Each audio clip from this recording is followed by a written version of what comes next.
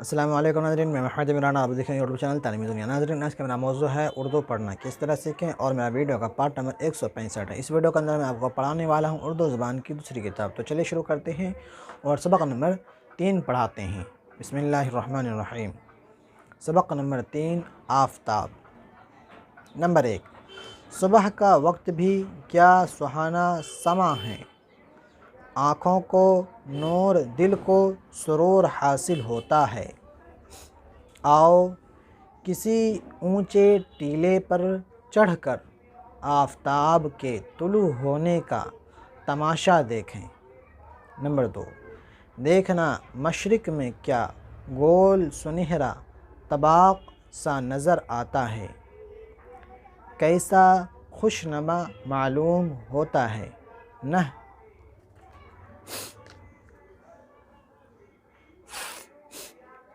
پیچھے لکھا ہوا تھا نہ دھوپ ہے نہ گرمی، نہ آنکھوں میں چکا چوند ہوتی ہے۔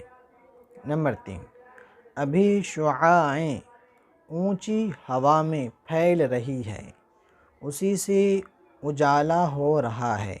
اب کوئی دم میں پہاڑ کی چوٹیاں پر، بلند میناروں پر، اونچی دیواروں پر، درختوں کی پھنگلوں پر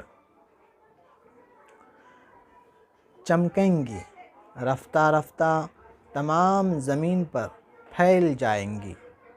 نمبر 4، ترچھی شعاعیں دھیمی ہوتی ہیں، جوں جوں آفتاب بلند ہوتا ہے، شعاعیں سیدھی پڑتی ہیں، تیزی اور گرمی بڑھتی جاتی ہے۔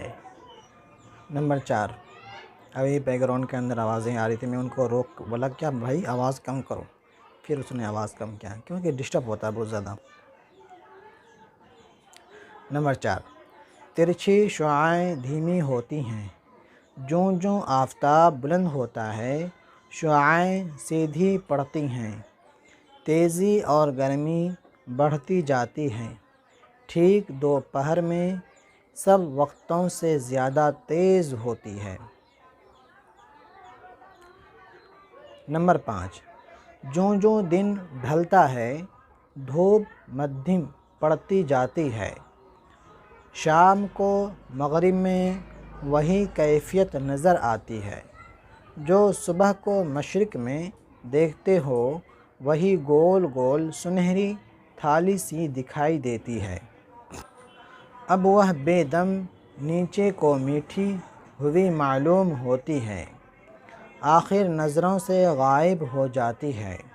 نمبر 6، آفتاب ایک بڑا بھاری گولا ہے، اس کے آگے ہماری زمین کی بھی کچھ حقیقت نہیں، وہ ہم سے نہایت دور فاصلہ پر ہے، اسی واسطے اتنا چھوٹا نظر آتا ہے۔